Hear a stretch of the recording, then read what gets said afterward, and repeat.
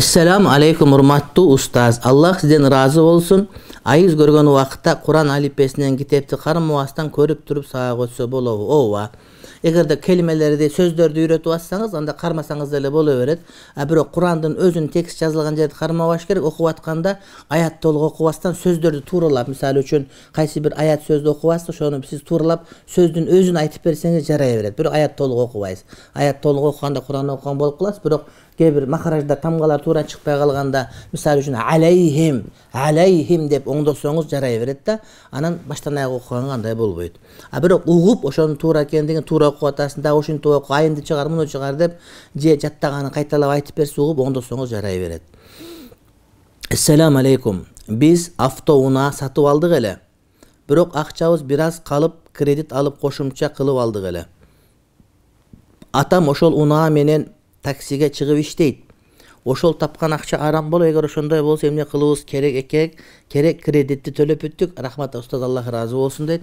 Тооба кылгыла. Азыр сиздерге биз тообадан башка нерсе буйруй албайбыз. Тооба кылгыла, Кудай таалам бардыгын иншалла кабыл кылат. Өзүнүн жанын кыйгандарга жаназа буйурабы? Жаназа окубай көмүлүптүр дегенди уга элекмин дейт. Өзүн жанын кыйгандарга, ошондой эле мына мародёрлук кылгандарга, рекетчилик кылгандарга, анан адилет иштеп аткан падышага каршы чыккандарга, буларга жаназа буйрулбайт. Урматтуу бир тууганым, окулбай көмүлүш керек. Эми шарият аткарган албетте кыйын болуп калды. Азыркы учурда ишенип аткан бизге диндин тиреги болуп аткандарыбыз деле кээде динге туура эмес келген нерсени амал кылып аткандарын көрүп калган учурда буга таң калыштын кереги жок. Бирок бул айтылыш керек. Анткени азыр ошол проблема болуп калса эле, астын өлүп алган мектептеги окуучу балдар, кыздар жана башкалар көп чыгып атат. Ошолордун бардыгы алар эмне ошону менен кутулуп калам, азаптан дейт. Бирок чындыгында булар чоңураак азапка кайра тутулган болуп эсептелет. Мен жакында кыздуу болдум иншалла, сурайын дегеним кайненем аллейдин башына токочунан койдуруп коюптур, ошол туурабы же кандай дейт.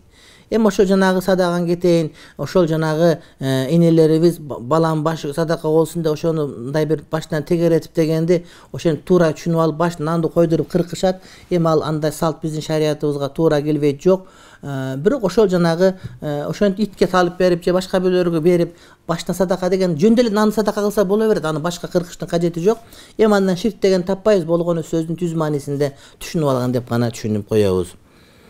Биз талиби илимдер убакытты кантип туура пайдалануу берекелүү кылса болот дейт.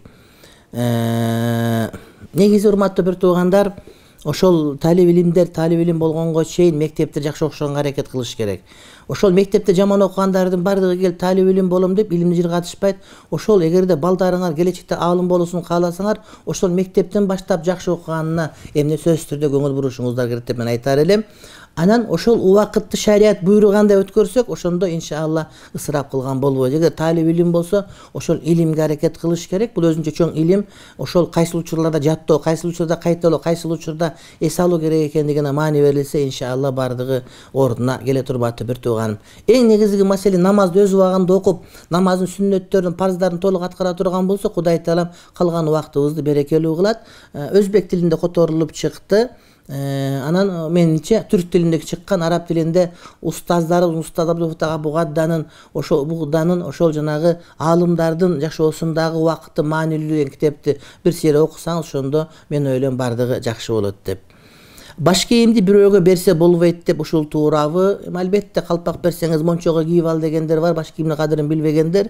Ошон үчүн негизи эле кыргыздын салтында башка кыргыз эместерге биздин баш кийимди кийбегендиги үчүн аларга берилген эмес, балким желектер берилген. Бирок ошону кастарлап кие тургандарга баш кийим белекке берилген. Эми биздин баш кийим жерге тебеленип калса, башка болуп калса, анда ыңгайсыздык жаралган, ошол себептен аны кийбегендерге берилген эмес. Ошон үчүн жанагы сырттан келгендерге, калпак кийбегендерге калпакты кошуп белек кылгандарга мен каршы элем. Мыйдам чыгарып коюш керек дагы. Калпак кие тургандарга гана калпакты белек кылып бериш керек. Сизге Аллах разы болсун. Биздин элибиздин сыймыгысыз ката кетсе кечирим сурайм. Устаз, менде суроо, балалуу же кыздуу болгондо эмне кылыш керек, кандай сүннөт амалдар аткарыш керек? Балалуу болгондо ошол бала жерге түшөөрү менен кармап алып, оң кулагына азан, сол кулагына коомат айтылынат. Андан кийин өзүңүз таква деп эсептеген адамга курма чайнатып, анан оозандырасыз. Анан 7 күн болгондо чачын алып, чачын таразага тартып, ошонун салмагынча күмүштү садака кыласыз, акчасын. Андан кийин ошол 7-чи күнү ат коесуз. Анан ат койгондон сырткары кыз бала болсо 1 кой союп, эркек балага 2 кой союп, акыйка жентекте өткөрөсүз. Мына ошонун сүннөттөрү болуп эсептелип кете берет. Ата-эненин ыраазычылыгын албай эле хижап кийсе болобу дейт. Ыраазылыгы шарт эмес, хижап милдеттүү. Мисалы үчүн ата-эненин ыраазылыгы жок, тамак жей берсе болобу дегендей суроо болуп калды да. Тамак ач коюп калсаңыз, ата-энеңиз нааразы болсо, анда кыяматта жооп берет. Ошон үчүн тамак жегенде ата-энеден ыраазылык кылбай эле, сурабай эле тамакты жей бергендей эле жоолуктагы салынуу милдеттүү болот. Жоолук боюнча суроом бар. Мен келинмин. Үйдөгү иштердин баары менин мойнумда. Ашканада кечке тамак жасайм. Хижап кийип жүрөм. Үйдө 2 кайным бар. Ошолордун алдында кулак чачты көрсөтпөгөндөй кылып жоолук салып жүрсөм болобу дейт. Эгер 2 кайны балагатка жеткен болсо, анда моюндарды көрсөткөнгө болбойт. Алар жокто ошол аркага салып жылаңбай жүрсөңүз деле болот. Бирок алар хуняга аралашып калган учурда анда жоолукту ээктин алдын алып салууга туура келет. Шайх Алауди Мансур которгон Кур'ани Каримдин кыргызчасын укса болобу дейт. Окуса болобу? Болот албетте. Эми урматтуу бир тууганым, Кур'ани Каримдин котормолордун баардыгы Кур'ани Карим эмес, ошол маанилерин которгон адамдардын интеллектуалдык деңгээлине, илиминин баам-парасаттын деңгээлине жараша которулгандагы ошолордун түшүнүгү деп түшүнүш керек, аны Кур'ан деп түшүнбөш керек. Бирок албетте Шейх Алауди Мансур биз урматтаган аалымдарыбыздан урматтайбыз, сыйлайбыз. Албетте китебин окуганды биз жакшы деп айтабыз. Ассаламу алейкум ва рахматуллахи ва баракатуху. Устазым дейт.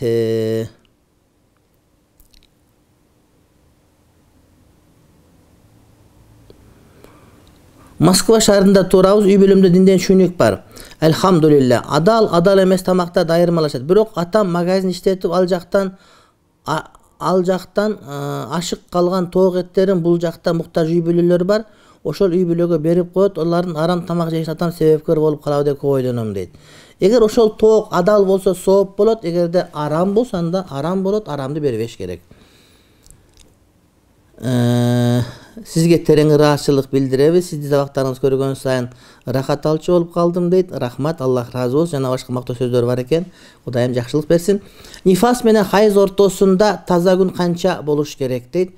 Нифас менен хайыздын таза күнү жөнүндө бизде маалымат жок. Бирок 2 айдын ортосундагы тазалыктын эң азы 15 күн. Көбүнүн чеги жок деген сөз болот. Төрөгөнүм 2,5 ай болду. 3-4 күн таза, 3-4 күн булган такыр толук таза боло элекмин дейт. Кандайсы билбей атам. Нифас эң көп 40 күн. Эгерде кан келип аткан болсо 40 күндөн кийин намаз окуй бересиз. 40 күндөй намаз окуй бересиз.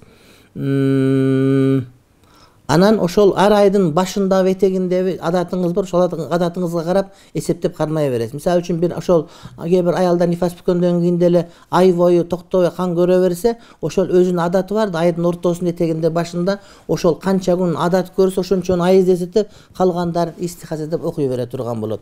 40 күндө нифас бүткөн болот, андан наркысы ошол айдын кайсыл убагында айызыңыз келсе, башында этегинин ортосунда ошого жараша белгилеп алып окуй бересиз. Мен Россияда магазин иштетем. Поварыбыз кыргыз, тамак жасаганда бир кухня чочкон этинен да, анан уйдун этинен жасайт. Ошого кандай дейсиз? Биз уйдукун же ошол халал болобу дейт. Ошол уйдун эти эгерде бисмилла айтылып союлса адал болот. Уйдун эти болгон үчүн арам болуп адал болуп калбайт. Бисмилла айтып союлуш керек. Мисалы үчүн бар да, кээ бир жаныбарлар бар, аны бисмилла айтсаң айтпасаң арам. Чочкон эт, иттин эти жана башкалар. Ал эми кээ бир жаныбарлар бар, алар түпкүлүгүндө адал эгерде бисмилла айтылып союлса. Мисалы үчүн уйдун, койдун, жылкынын, төөнүн, тооктун эттери, каз өрдөктүн эттери. Бирок буларга да бисмилла айтылынбай калса, анда булар дагы арам болуп калат.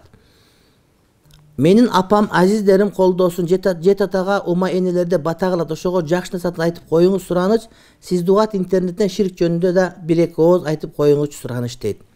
Azizlerim koldosun деген, эми шапаат кылсын деген мааниде болуш керек. Ошон үчүн бирок кандай болгон күндө дагы ушундай бир шектүү болуп калган, талаш болгон сөздөрдөн алысыраак болгондугубуз макул. Жетет ага умма эне, умма деген бул умми эне деген сөз. Эми бул деген ошол аталарым, апаларыма дуа кылдым деген сөз. Ошон үчүн кыргызча эле мындай өзү түшүнгөн сөздү айтышыбыз керек. Кыяматка барганда пайгамбарым шапаатынан, улуг адамдар шапаатынан насип кыл, жана кылып аткан амалдарыман өзүмүн бардык ата бабаларымды багыштадым деп айткан болсо, иншалла туура келет. Салондо кыздарга ламинирование ресниц жасап иштесе болобу? Ламинирование кирпикти кайрып коет, даарат өтөт. Охо. İştese tapkan akça dal bolu, alkız köçüge çıkan derketer karasam ağa күнөө жазылбайбы дейт. Ошо каштарын кайрып өтө өзүнүн сулуулугунан көбүрөөк сулуу боло турган болсо, анда булар ошол жүзүн жаап жүргөнгө же көзүн жаап жүргөнгө милдеттүү болот. Анткени көчөгө ашкере боюнуп чыкканы шариятыбыз эмне колдой албайт. Болгону сурма менен, хына менен гана боюнсо, ачык чыкса бир жөн көзү менен колдор, тырмактары. Бирок андан башка нерсе менен даарат өтө турган болгон күндө деле кооздоп алган болсо, адамдарды мындай бир туура эмес жака, мындай бир алажет аттап койгонго себеп болуп кала турган болсо, анда ал адам күнөөкөр болуп эсептелет. Ага себеп болгон сиз дагы күнөөкөр болуп эсептелесиз. Аллах зына кылгандардын тообасын кабыл кылабы? Тооба кылат, анткени кабыл кылат. Анткени Кудай Таалам Кур'ан-ы Каримде ширктен башканын бардыгынын тообасын кабыл кылам деген. Менин акем пиво заводдо иштеп алып келген продуктларын алып жесем болобу же арам болуп калабы? Пиво арам, арамдыкы арам, андан адал чыкпайт. Атам арак ичет, көп жылдардан бери ичип келип силерге ыраазы эмесмин дейт, кандай кылсак болот? Эми өзү ичип аткан арак болсо, бул эмнеге ыраазы, эмнеге нааразы экенин түшүнбөсө деле керек.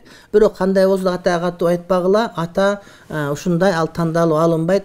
Аргымакты жаман деп буданды кайдан табасың, агайынды жаман деп тууганды кайдан табасың. Ата бирөөсүн бербейт. Үйүңдө болсо үңкүрдө болсо үйүм бар, айылда болсо эрим бар дегенде ар ким атасы менен мактанат. Аталар урматтагыла, сыйлагыла, катып айтпагыла. Кудайым инсап берсе бир күн хидаятка келип калат. Анан мас болуп жөн эле нааразы болсо өтпөйт. Силер колдон келген жакшылык кыла бергиле, иншалла бардыгы жакшы болот. Балким чындап эле атаңарды нааразы кылып, кагып силкип сүйлөп коюп атасыңар. Кээ бирлер бир азыраак намаз окуп калса, өздөрүн ошол Мухаммед пайгамбардын колунан суу ичкенде болуп эле намаз окубагандарды кагып силкип жаман кыла бергендер бар. Мына ошолордугу туура эмес. Анткени эч ким билбейт, ким Кудайдын астында кадыры жогору, ким акыркы учурунда иман менен кетет, аны Кудайга гана маалым маселе. Айыз келген күндөрдө тесме тартып зикир чалса болобу? Жарай берет. Саждага барганда эки бут биригиш керекпи же бириктирилбейби? Оң бут такыр жылбаш керек дегендер да бар. Айтор талаш маселе. Эки бут саждага барганда бириктирилет, бириктирилгени мустахап болот. Жылдырылбайт дегени жерден көтөрүлүп туруп калбайт деген сөз. Саждага барганда бирөөнүн баш жерге тийсе эле селкинчелектей болуп, анын буту көтөрүлүп калгандар бар жок. Саждага барганда баштагы жерде туруш керек, буттагы жерде туруш керек деген маани. Жылдырбайт деген сөз жанагы бутту көтөрбөйт деген маани, урматтуу бир тууган. Саждага барганда ошол адамдын эки буту эмне кыбланы карап чогуу жыйналып тургандыгы мустахап амалдардын катарына кошулат. Анан дагы дуанын аягында бетти колу менен сүртүп келип, калган денелерге да сүртүп коюшат. Ушул канчалык деңгээлде туура? Пайгамбар алейхиссалам сүннөттөрүндө ошол бетти жүзүнө сүрткөнүн билебиз, ал эми дене сүрткөнү ошол жакшылык мага дагы жугуп калсын деген жакшы ниет болуш керек. Бирок сүннөттө пайгамбар алейхиссалам кол көтөрүп дуа кылганда ошол колун жүзүнө сүртмөйүнчө жерге түшүрбөйт эле деген хадисте мына ушундай осуятнама бизге айтылынган.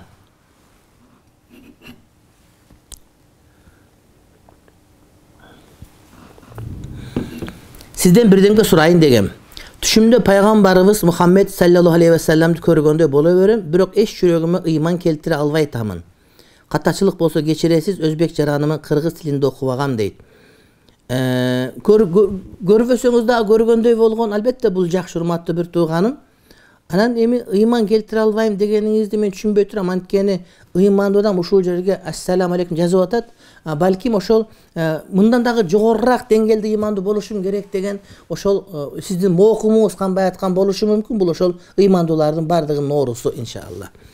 Анткени ыймандуу адамдын белгиси деген сөз болот. Анткени дагы жакшы болсо, дагы бийик болсо деген түшүнүк ошол ыймандуулардын ошол сыноосу. Жашым 22'de özüm bankta işteyim.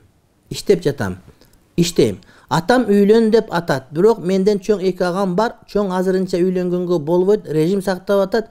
Кичинеси Россияда келе албай жатат. Жол жабык. Мен өзүм элдин сөзүнөн коркуп жатам. Эгерде шарият менен караганда очеретке караба үйлөнсө да болобу.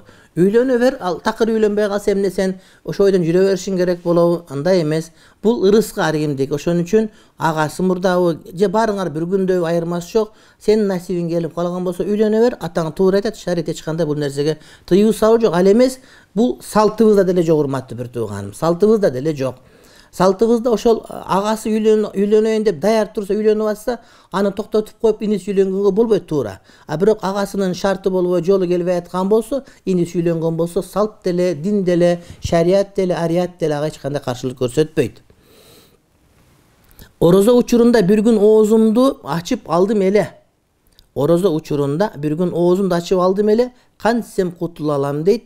Эгерде атайлап ачкан болсоңуз 60 күн тутуп бересиз. Эгерде бир себеп менен ачкан болсоңуз, анда бир күн тутуп бересиз, урматтуу бир тууганым. 60 күн тутуп, андан дагы бир күн тутуп бересиз. Анткени 60 күн штраф, бир күн ошо казаңыз болот. Ооруп калып, сапарга чыккан себептен ачып алсаңыз, анда эмне күннө эле тутуп бересиз. Менин жашым 19да, студентмин. Bir kızdı 2 жылдан бери жакшы көрөм. Ал кызга быйыл үйлөнөйүн десем, үйдөгүлөр каршы жашсың деп, анын жашы 18, кантип көндүрсөм болот ата-энемди дейт. Ата-энеңе кошомат кыл, кызмат кыл, ата-энеңе буттарына массаж кылып бер, уктарында сууга бутун ванна кылып, ага жана гачниктен салып, буттарын жууп, тырмактарын алып берип, массаж кылсаң, ата-энең ыраазы болуп, анан сага макул дейт, урматтуу бир тууганым. Менде суроо бар. Мен көп жылдан бери жумушка эч нерсеге көңүлүм жок, бук болуп жүрөм. Ошондон кантип чыксам болот, депрессиядан кантип кутулам дейт. Сен мына дават ачылып калса, даватка чык, сабактарга кел, жакшы китептерди оку, өзүңө мотивация ал. Китеп окусаң, ошол жерде көптөгөн ойларлардын өмүр баяндары бар. Ошолор аркылуу өзүңө багыт таап аласың. Эгерде күйөөсүнөн канааттанбаса, уят видеолорду көрүп, өзүн кандырса, күнөөсү канчалык болот дейт. Бул арам. Ошо барып отуруп күйөөдөн алыстап каласың дагы, жашоо бузулуп кете турган деңгээлге барат. Эгерде ошол порнографиялык фильмдерди көрүп, ошол аркылуу өзүнүн жыныстык шахватын кандыргысы келип башка болуп аткан болсо, же болбосо өзүнүн колу менен же башка бир курал жарак менен кандырып аткан болсо, булардын барып отуруп үй бүлөлүк жубал жашоосу бузулат дагы, ал жамандыкка келет. Андан сырткары пайгамбар алейхиссаламдын осуятында келет, дайыф хадисте айтылат, накихул яди мал'унун, өзүнүн колуна өзү никелеп алган адамдар булар эмне карышка калган деген сөз бар. Ошон үчүн ошол аялга күйөө аракет кылгандай эле, күйөө аялга аракет кылгандай эле, аял да күйөөгө сөзсүз түрдө аракет кылуусу керек болот. Ошол убакта баардык ордуна келет. Бул боюнча өтө эле көп айтылган, сабактарды карасаңыз чыгат. Атам каза болгон, апам 4 ай отуруш керек, бул аза 4 ай 10 күн күтөт. 4 ай 10 күндөн кийин жанагыдай аза күтүү убакыты бүткөн болот. Күйөөмө намаз окуңуз, ибадатка бекем болуңуз деп кечке айта берем. Кээде намаз окубас өтө ачуум келет. Ушул кылганым туурабы же айта бериш керекпи, намазга бекем бол деп. Эми тажатып албаңыз. Анан жака бир чаап дагы бир нерсе кылып өрбесин. Акырындык менен намазга туруп, башка кылып, дуа кылып, акырын айтып, даратка суу жылытып турсаңыз да ушундай бир жумшак сүйлөсөңүз, жылуу сөз жыланды ийинден чыгарат. Анан кээ бирлер кыйкырып эле ушун таквалык кыл деп айта берсе, жини келип кетип, анан кийин жаман иштер болуп кетиши мүмкүн. Мен быйыл окууну бүтүп жатам. Кесибим боюнча мугалиммин. Хижап кием. Бишкек шаарынан жумуш издесем, мектепке жоолукчан болбойт деп кабыл албай жатышат. Эмне кылсам болот, рахмат дейт. Мектепке жоолук болгон себептен кабыл албаса, анда ошол мектеп директорун сотко берсеңиз утуп чыгасыз. Анткени бизде баш мыйзамда дин эркиндиги берилген. Кимдир бирөө жоолук салынгандыгы үчүн анын укуктарын тебелеп, аны экинчи сорт кылса, Америкада жанагы кара торларды кыйнап аткандай кыла турган болсо, анда бул адам биздин баш мыйзамды бузган болуп, дароо сотко бериңиз. Арыз жазып барыңыз, ошону жаздырып алыңыз. Сенин жоолугуң бар үчүн албайбыз десе, аны сотко бериңиз, утуш сиздики болот. Адамды адам сындаса болобу, сынаса дейт. Сынаганда кандай сынайт? Мисалы үчүн кызыңыз бар болуп, кайсы бир жигиттер колун сурап келсе, сынап көрүш керек. Кандай жигит деп сурап аяк-паяктан. Анан көчөдөгү бирөөнү кетип атканда эле мурду кыйшык экен дей берсеңиз, ал болот. Анткени сынчыны сыңар өтүгү майрак деген сөз бар. Истинжа, истибар жөнүндө айтып бериңизчи, бул боюнча Насаат медиага кирсеңиз, ошол жерде даарат маселесинде терең айтылган. Ата-энем намаз окубайт, түшүнүгү жок, аларга арнап алардын атынан мечитке Куран хайдия кылсам собу тиет жана дуа кылыңыз, Кудайым хидаят берсин деп. Мен да эл катары ажырашкан болчумун. Эмне деген сөз эл катары деген? Эл катары ажырашкан деген сөз бул жараша турган нерсе эмес да. Булчу Кудайым сактасын. Эл катары деген эл катары ажыга бардым, эл катары намаз окуп атам десең, эл катары ажырашкан дегенде бул элден чыгып калгандык, эл катары эмес, урматтуу бир тууганым. Айтор молдокелдерден сураштырып, териштирип айтышты эки талак түшкөн деп. Анан ошол күнү мен жарашпайм деп келе берген. Бир жума өтпөй мен жүрөктөн каалабасам да эрим коркутуп шантаж кылып алып барды бир молдого. Көчөдө Макдональдста олтуруп эле окуп койду, себептерин да сурабады. Ошентип нике кыйса болобу, бирок менин ичимде каралык калып кетти дейт. Эгерде эки талак түшкөн болсо, анда жашаганга жол бар. Эми мен силердин маселеңе такыр тактап билбегендиги үчүн толук жооп бере албай калам. Нике кайсы жерде кыйылбасын жарай берет, эгерде ошол жерде күбөлөр толук болуп, анан эркек аял экөө тең ыраазы болгон болсо. Анан ушунчалык жооп бере алам. Анан силердин никеңер туура эмеспи, туура болгонбу, жол барбы, жокпу, ошонун бардыгын жубайлар чогултуруп сураганда гана эмне бир жакшылыкка жооп чыгат. Мурда адашып намысынан ажырап калган кызга үйлөнсөм болобу дейт. Болот, албетте. Ошол үйлөнгөндөн кийин, ошону мен эч кимге айтпайм деген жигиттер үйлөнгөндөн кийин жума сайын айттыра, сен ушинтип алгам, сен мындайсың деп, аны кечке кыйнай бергендер бар. Ошондо турган болсоң анда алба деген сөз. Ошону чындап жутуп бере турган эркек боло турган болсоң ал, эч кимге айтпа аны деген. Анан сен мурда ушундай болгонсуң, ошого мен билем, сен алганмын деп алып эле ушинтип зериккен сайын айта бергендер бар. Ошентип алгандан көрө албай эле койгон жакшы. Шиит менен сүнниттин эмне айырмасы бар? Шиит менен сүнниттин айырмасы бул боюнча көп. Шииттер ким, шиялар ким деген сабактар интернетте толтура, карасаңыз чыгат. Чубак ажы, биз Тажикстанда жашаган кыргыздар сиздин баяндарыңызды угуп жүрөбүз, биздин айылдын элдерине бир дуа кылып коюңуз дейт. Кудай таалам жакшылык оомат берсин, ырыскыңарды кенен кылсын, ыйманга бай кылсын. Кудай таалам жалпы эл журтубуздун бардыгын жакшыларга шерик, жамандардан алгылып, акыр жамандардан алыс кылып, акыретибизди абат кылсын. Кудайым жаман сөздөн, жаман көздөн, жаман колдон сактасын.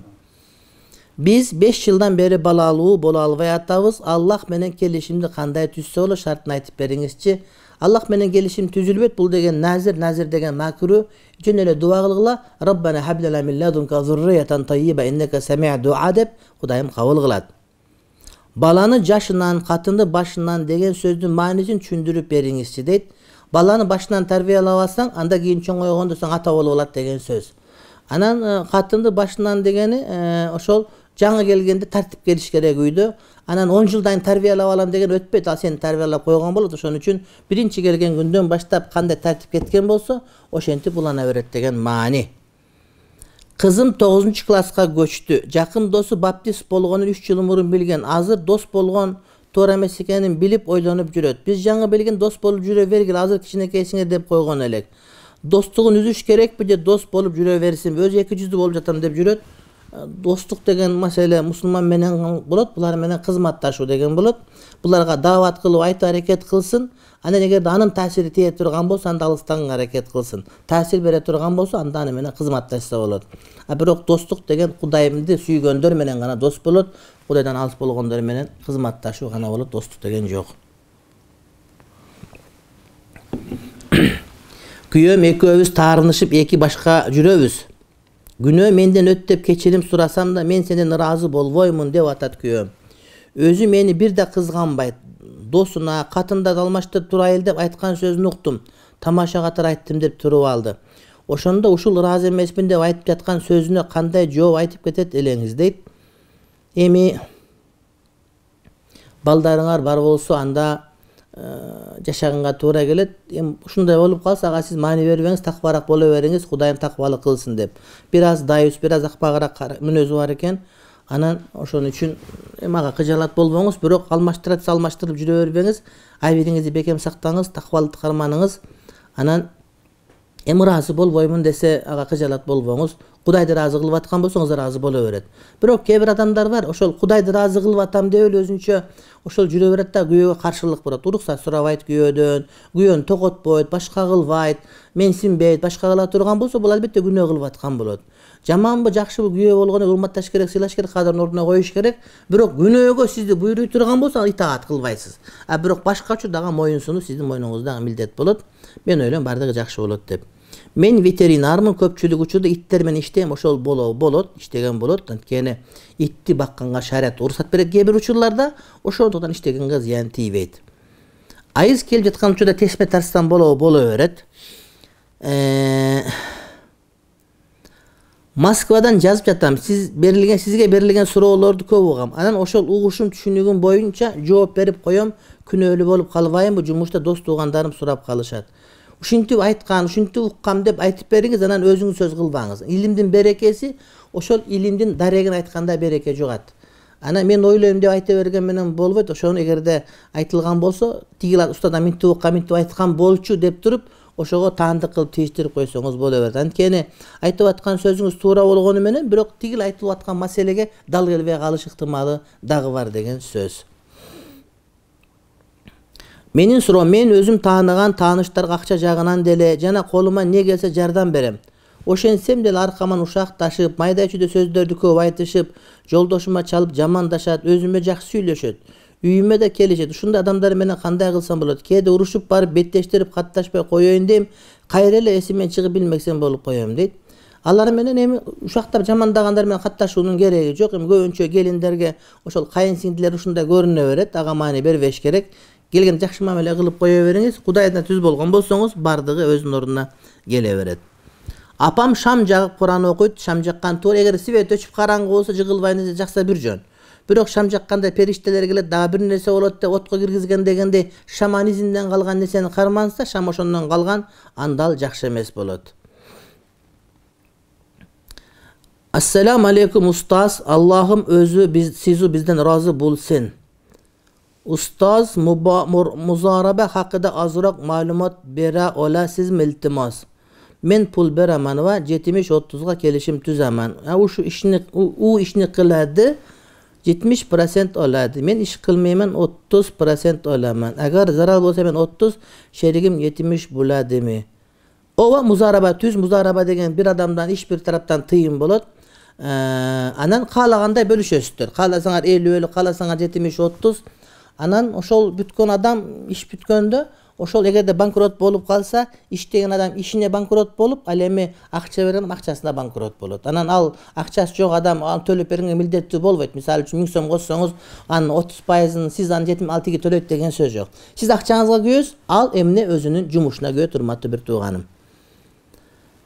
Мен намаз окуп жатканда ар кандай жаман нерселерди ойлоочу болдум. Намаз бүткөндө аягында сол жакты карап дуан айтайын десем, бирөө мага жок дегенде үнү кылат. Эмне кылсам болот? Мен намазым кабыл болуп, ар кайсы ойлорду эстей берсем. Намаз кабыл болот, ошон үчүн башында ниет дегенди айтабыз. Анан этегинде бүткөндөн кийин аузу биллахи минаш шайтанир ражим деп сол жака түкүрсөңүз, бардыгы жок болот деп ойлойм. Москвада жума намазын түз эфирден окуп жатышат дейт. Биз буга кошула албайбыз. Акыркы сурообуз бар экен. Биз эгизим экөөбүз багымдат намазын окуйбуз да, бирок жакшаттай элекпиз. YouTube'дан коюп алып окуйбуз да, кээ бир адашып кетебиз. Эч нерсе болбойбу? Же жаттап анан окуш керек? Жок, окуй бергиле, жаттай бергиле. Кагазга коюп кадап алып окусаңар дагы жарай берет. Анан кийин жаттаганда кагазды карабай өзүн окуй бересиңер. Кудай таалам жакшылык оомат берсин. Амин. Бисмиллахир-рахманир-рахим. Раббана атина фид-дунья хасана ва фил-ахирати хасана ва кина азабан-нар. Сабактарды угуп, ошону бөлүшүп башкага жеткиргендердин, пайдалангандардын баарына Кудай таалам жакшылык оомат берсин. Тилеген тилектерди Кудайым кабыл кылсын. Сабак оккан сообиш, сабакты бөлүшүп башкага жеткирген сообиш, мына ушул сообишти ортого Кудайдан сураса, Кудай таалам биздин бардык тилектерди кабыллат. Кудайым шермен кылбасын. Өтүп кеткен аталарыбыз, апаларыбыз, бир туугандарыбыз, дуа талап үмүт кылгандарыбыздын баарын Кудай таалам бейиштен орун берсин. Түрөлөрдүн бардыгына Кудай таалам жакшылык жолдо жүргөн насип кылган болсун. Раббана атина фид-дунья хасана ва фил-ахирати хасана ва кина азабан-нар. Амин, амин, амин. Би рахматика архамар рахимин. Ассаламу алейкум ва рахматуллахи ва баракатуху.